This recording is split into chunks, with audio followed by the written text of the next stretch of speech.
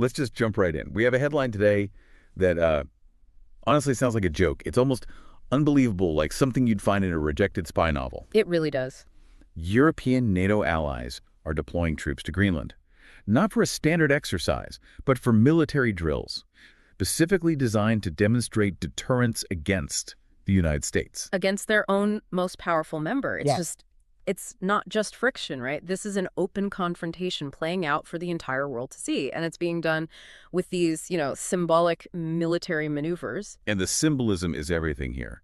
We're seeing countries like France, Germany, sending these tiny but highly significant contingents. Exactly. It's 15 soldiers from a French mountain infantry unit, 13 from a German reconnaissance team. I mean, these aren't invasion forces. No. They're there to reinforce the Arctic defense of Denmark, a fellow NATO nation, against an explicit threat of acquisition from the sitting U.S. president. I mean, the word unprecedented gets thrown around a lot, but this is the very definition of it.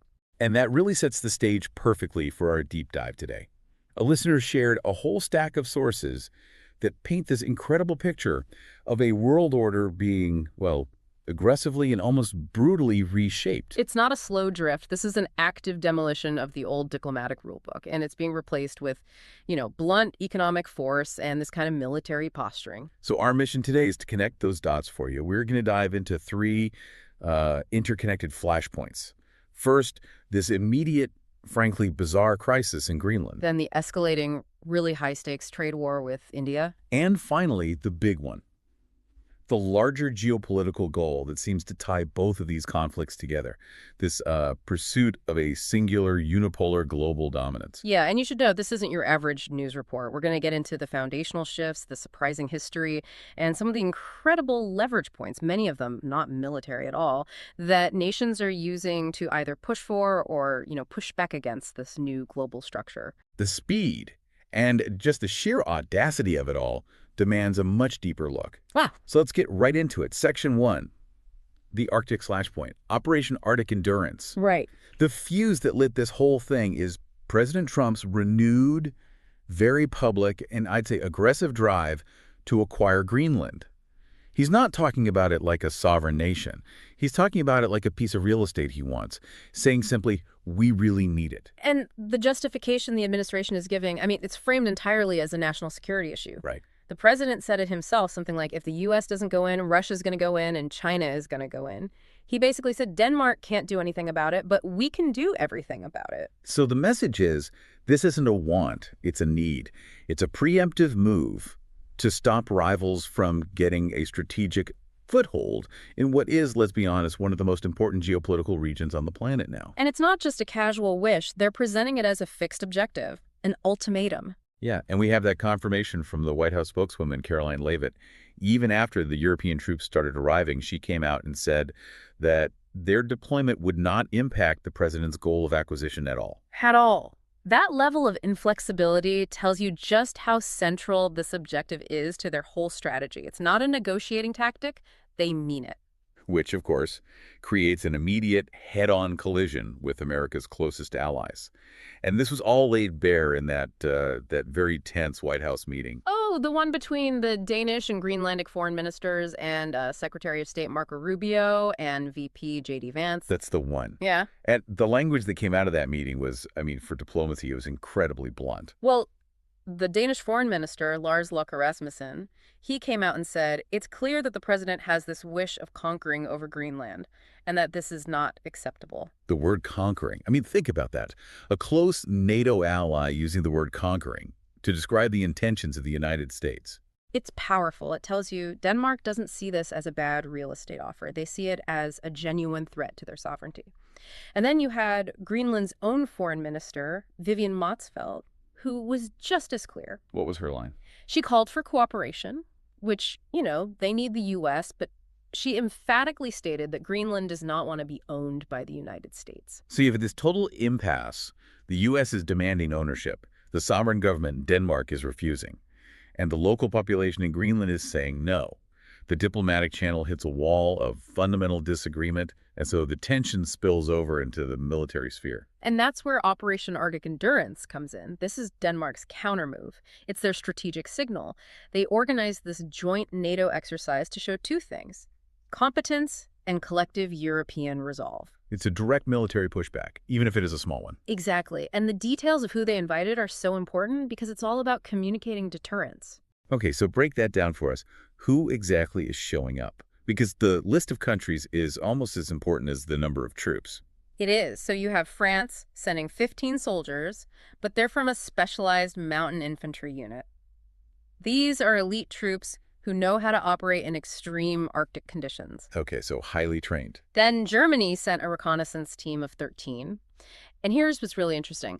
Norway and Sweden are participating. They are not even full NATO members yet. Right. And you've also got officers from the Netherlands and Finland. The sheer breadth of the participation sends this message of pan-European unity. They're defending Denmark's sovereignty, and by extension, they're defending the principle that NATO members don't just conquer other NATO members. And the big symbolic move, the one designed to get headlines all over the world. Planting the flag. They plan to plant the European Union's flag on Greenlandic soil. It's pure geopolitical theater. It's a deliberate signal. The French specifically said the mission was to show that EU troops can be deployed quickly if needed. They're putting the EU flag right next to the Danish flag. It's a way of saying, this place has European protection in the face of an American demand for exclusive ownership. So if we boil it down, Denmark has two clear goals with this operation. First, to sort of rehab its own image, and second, to create some level of deterrence. Exactly right. The first goal is all about convincing President Trump that they take Arctic defense seriously. This comes right after he made those, incredibly insulting remarks about their military being nothing but dog sleds. So this is their way of saying, we have real capabilities. It's a direct rebuttal. Yeah. And the second aim, that's the truly shocking part of this whole story. They are actively creating deterrence against the United States itself. We've just never been in a situation where NATO members are thinking about deterring their own leader. It really points to an almost catastrophic fracture in the alliance. The whole conversation has shifted from diplomatic disagreement to actually calculating military responses. And remember, the Danish Prime Minister, Mette Frederiksen, she already issued that stark warning. She said a U.S. attack on Greenland would mean the end of NATO. Full stop. Let's dig into the treaty side of this, because for our listeners who follow this stuff, the mechanics matter. Greenland is NATO territory.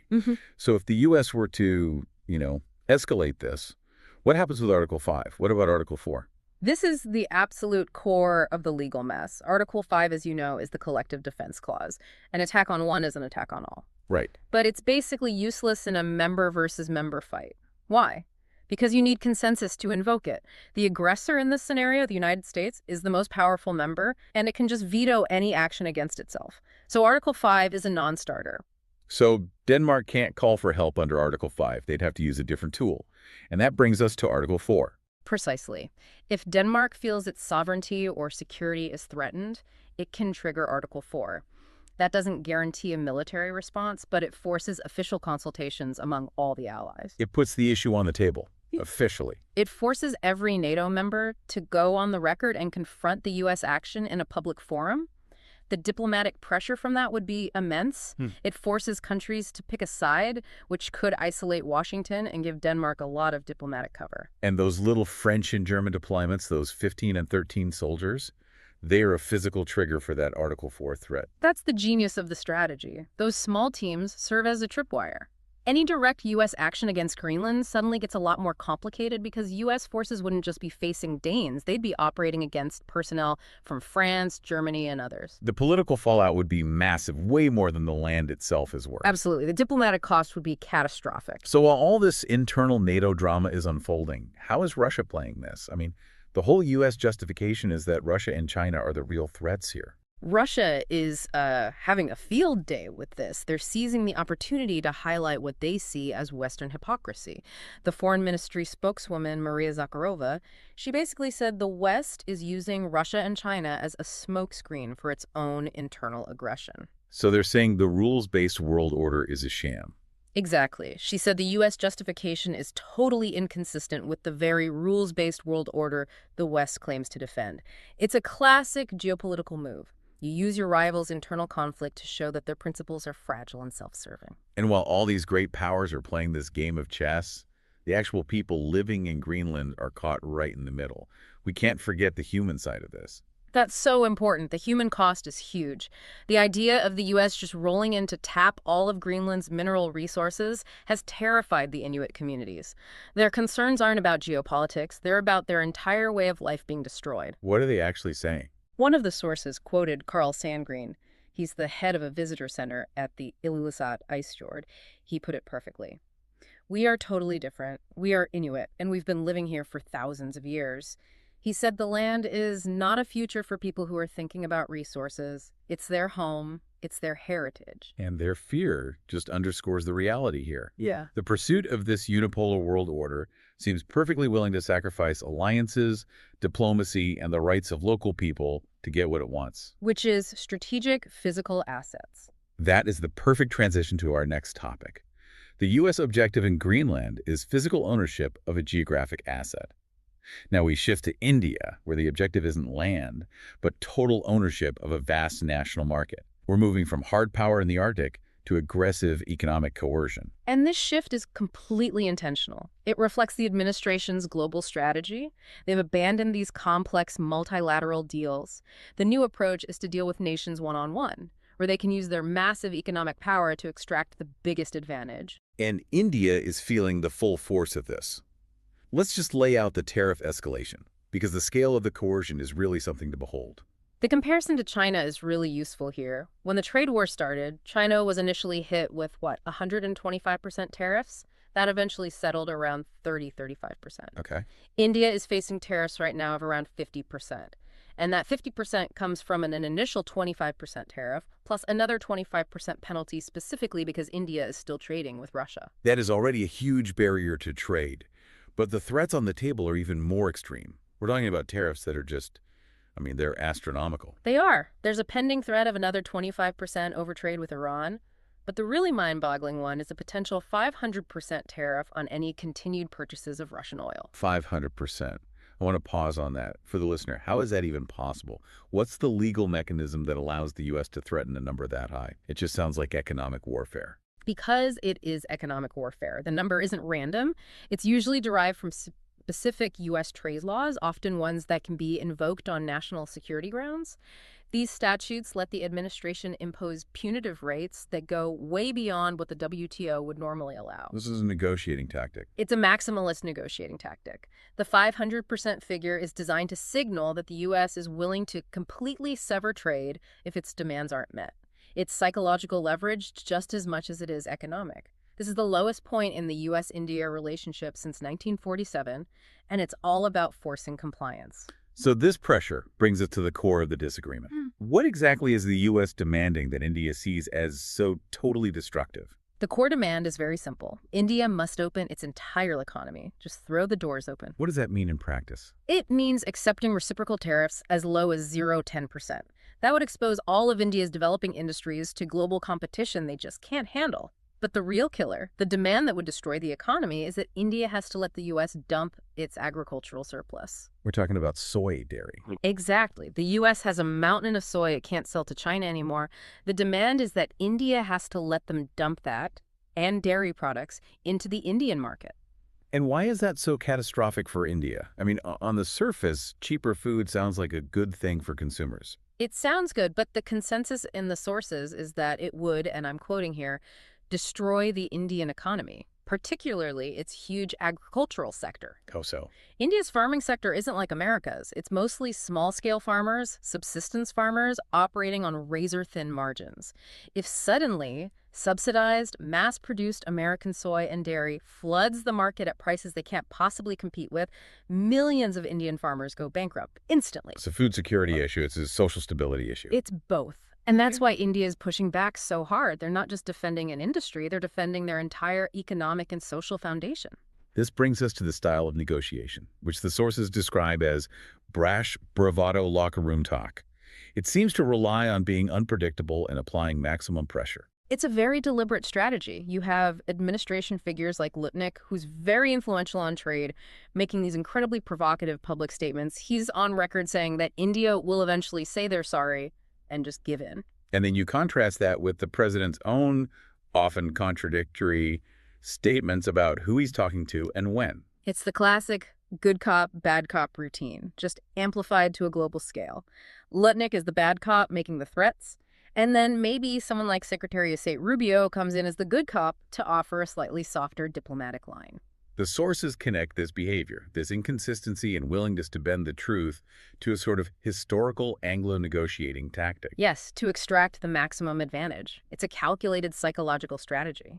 The goal is to keep India off balance, constantly reacting to the latest, most aggressive demand, never able to find stable footing. What's really interesting here, and maybe what the U.S. is trying to exploit, is that India has a history of complying with U.S. geopolitical requests, even when it hurt them economically. That's a critical piece of the puzzle. Under the previous Biden administration, India obliged the U.S. by stopping its oil imports from Venezuela and Iran.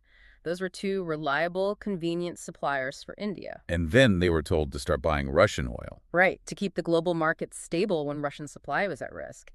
So India has this track record of doing what the U.S. asks, and now the current administration is exploiting that pattern. They're telling India to stop buying Russian oil again, just constantly yanking them back and forth to suit whatever American interests are that day. It creates this state of forced dependency.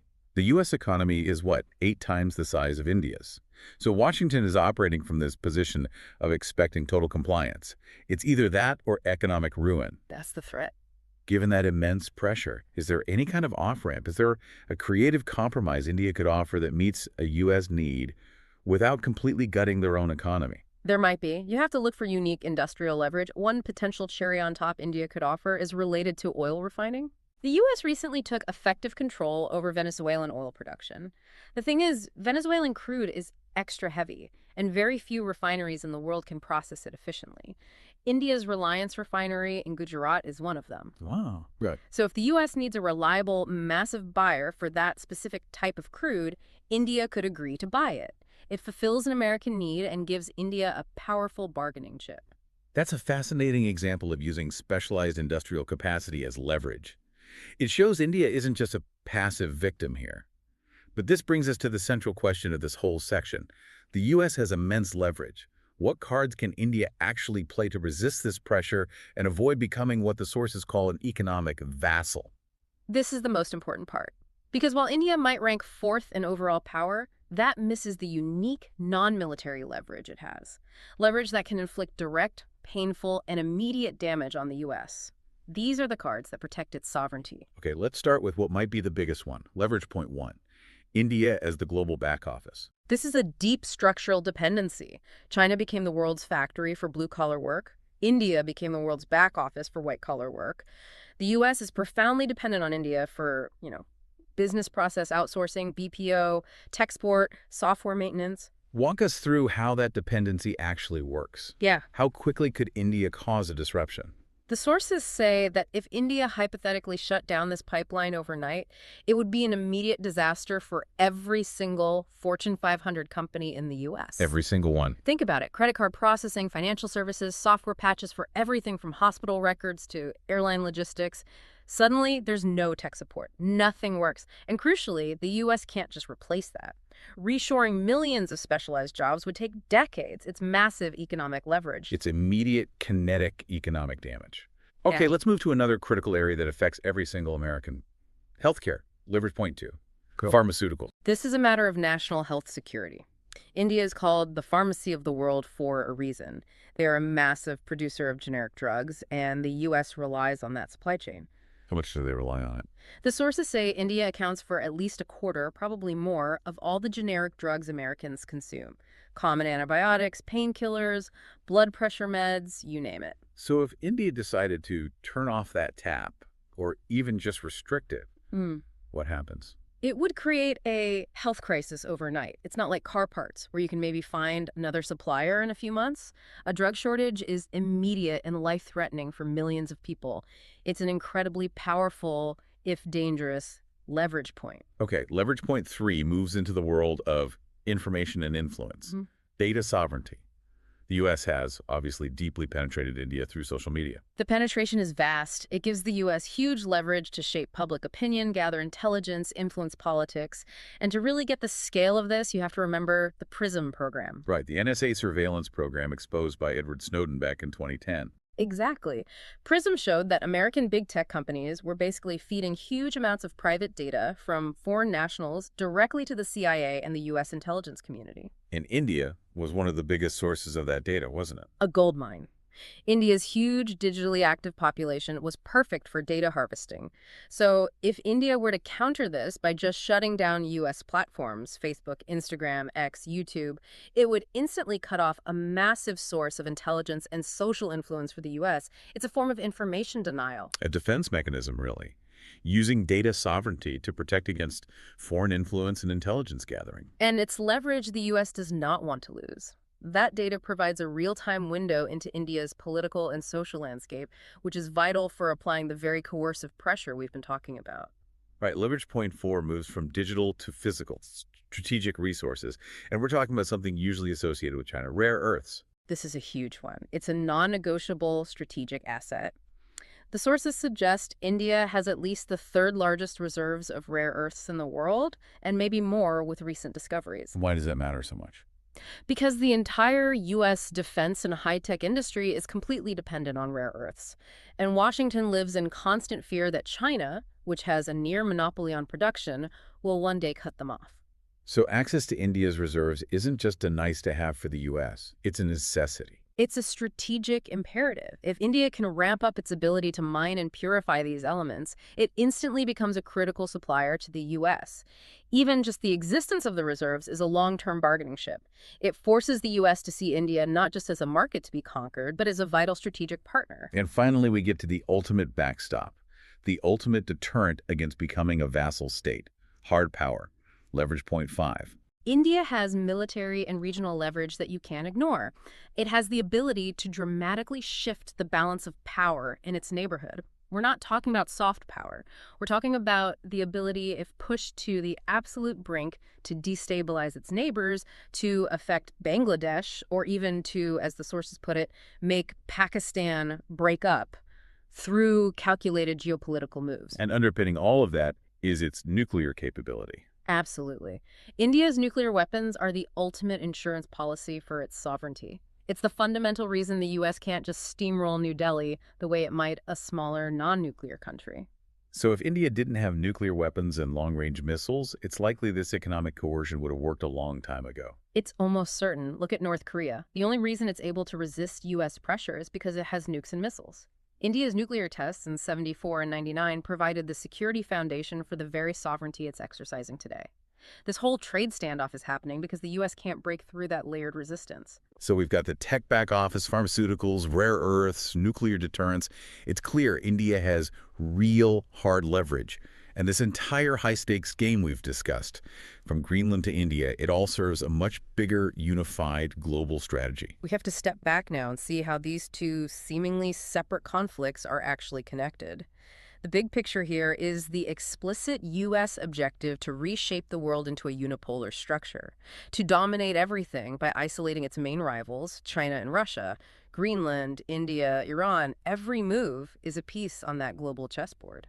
So how does the Greenland acquisition specifically fit into that grand strategy? We know it's about ownership, but what's the doctrine behind it? It's all about reactivating the 1823 Monroe Doctrine, but for the 21st century. The original doctrine, you'll remember, basically told European powers to stay out of the Americas. It declared the Western Hemisphere as the exclusive U.S. sphere of influence. And how has the current administration updated that 19th century policy? They've added what you might call the Trump corollary. It expands the claim. The U.S. is now claiming everything in the Western Hemisphere, North, Central, and South America as its exclusive zone. And the corollary says that no country within the Americas is allowed to go against U.S. interests, ever. So Greenland, being mostly in the Western Hemisphere, is seen as essential to securing that entire claim. And it brings back that core philosophical point that drives this whole administration. You defend ownership. You don't defend leases. That phrase is everything. It's the foundation. No more soft influence through agreements. They want outright physical control. And Greenland's physical location, sitting there between Eurasia and North America, is critical for missile defense, for surveillance, for monitoring Russian and Chinese subs under the ice cap. Physical ownership is the only thing that guarantees long-term control. Okay, so beyond the Western Hemisphere, the other part of the strategy is controlling global choke points, right?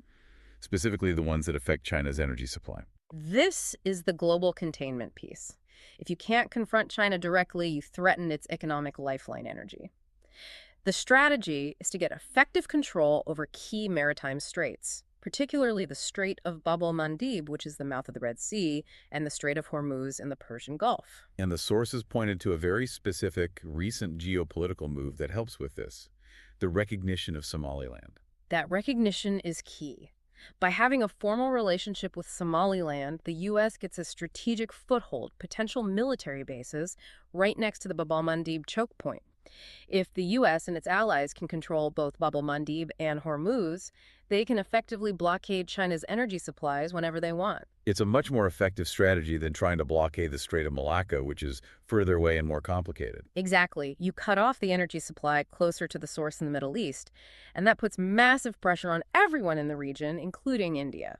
Which brings it all back to the containment policy around India. They want to squeeze New Delhi to force it to comply. India has to be brought into the fold as an obedient partner, or it has to be isolated. Let's get into the specifics of this Ring of Thorns containment policy. What exactly is the U.S. and its allies doing in India's neighborhood? It's systematic. It involves trying to effect regime change or destabilize neighboring countries to surround India with U.S.-aligned or at least politically weak states. We saw it Pakistan in 2022 with the ouster of Imran Khan. We've seen similar pressure in Bangladesh in 2024, and now mounting pressure in Nepal with a target of 2025. And what's the goal of creating this Ring of Thorns? Constant geopolitical pressure. If you surround India with unstable or hostile regimes, New Delhi has to divert massive resources, political, economic, military, just to manage its own borders. The hope is that this continuous strain will eventually force India's leaders to just give in to the economic demands to get some breathing room. The long-term plan seems to be that if India caves, its leadership looks weak, and that could lead to a more favorable regime change down the line, all without a single shot being fired. That's the calculation. India is a democracy. It has elections.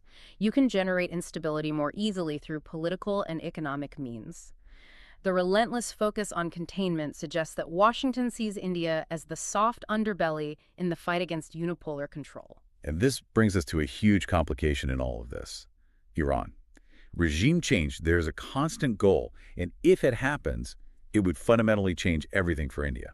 Deposing the mullahs is a key U.S. objective, often aligned with Israeli goals. It's about controlling Iran's oil and gas and removing a major counterweight in the Middle East. If a pro-U.S. government takes over, Iran would instantly stop being anti-West. And what would be the immediate fallout for India if that happened? It would be catastrophic for India. They would immediately lose all control and investment in the strategic Chabahar port. A pro-U.S. Iran would almost certainly pivot to align with Pakistan, seeing India with suspicion. That would tighten the Ring of Thorns and give the U.S. even more leverage. Not to mention the instability it would create in neighboring Afghanistan. And there's also the real danger that Iran itself could just break apart, right? That's the extreme risk. Iran isn't a monolith. Ethnically, it's only about 50% Persian. You have large populations of Azeris Arabs, Baloch. If a regime change goes wrong, you could easily see the country fragment along ethnic lines. And given the West's track record in places like Iraq, trying to engineer a new government in a country as large and complex as Iran seems like a recipe for chaos. It's a massive gamble. The result could be civil war, fragmentation, millions of refugees, and oil markets going haywire. Any scenario where Iran is destabilized puts the entire region on high alert and adds even more pressure on India. Yet this complexity rarely makes it into the Western media narrative, especially when it comes to reporting on internal protests in Iran. The sources flagged a real problem with unverified figures being thrown around. This is such a critical point about media literacy for our listeners. The sources noted this figure of 12,000 dead in protests being repeated uncritically by major news outlets everywhere. And the problem is verification. It's fundamental. Without independent reporters on the ground verifying death tolls in multiple cities, that number is highly suspect. It often comes from politically motivated diaspora groups who have an agenda. It just seems like incredibly poor journalism to repeat unverified numbers like that, especially when it concerns a country the West wants to pressure. It's very poor practice. And it fits a pattern of exaggerating the scale of violence when reporting on nations that aren't aligned with Western interests. We've seen it with coverage of India as well. The point isn't to deny that violence is happening. It clearly is. but to be critical of numbers that are being weaponized in the narrative to push for regime change. So we've gone from a shattered trust within the NATO alliance in the Arctic to aggressive economic coercion against India, and we've tied both of those directly to this overarching goal of a unipolar American-dominated world. And that's the key takeaway. We've seen NATO allies deploying troops to deter their own leader, which signals a complete breakdown of trust. We've analyzed the U.S. trying to force ownership of the entire Indian market. And both of these things serve that larger goal. Isolate the rivals, consolidate power. So the essential point for you, the learner, is to understand the long-term nature and the immediate dangers of this global shift, especially for a country like India. The sources are very clear on this. The next 5 years are make or break for India as a sovereign power. Its ability to maintain that sovereignty depends entirely on withstanding this immense U.S. pressure, the tariffs, the containment, while also using its own unique leverage. The tech back office, the pharmaceuticals, the rare earths, the nuclear deterrent. All of it. The country's ability to be agile and make fast decisions, which is often a challenge for its glacial-paced bureaucracy, is more important now than ever, because this pressure is not going to stop. It's a high-stakes, long-term struggle over what sovereignty even means in both the physical and the economic sense. And that brings us back to our final provocative thought. It comes from that core belief driving this new world order. The U.S. push for Greenland was based on the president's idea that you defend ownership, you don't defend leases. Now think about how that same concept, ownership versus influence, is playing out against India. The U.S. is essentially demanding ownership of the Indian market, not a lease, not influence through a fair trade deal. They want the unconditional right to dump their products and set the terms. They want fundamental control. So the question to leave you with is this. In this new world order, where ownership is valued above all else, whether it's Greenland land or India's market, what price does a country like India have to pay to defend its sovereignty? And what's the difference between successfully defending your national land and successfully defending your national market? Something for you to think about as this new, aggressive global structure continues to take shape.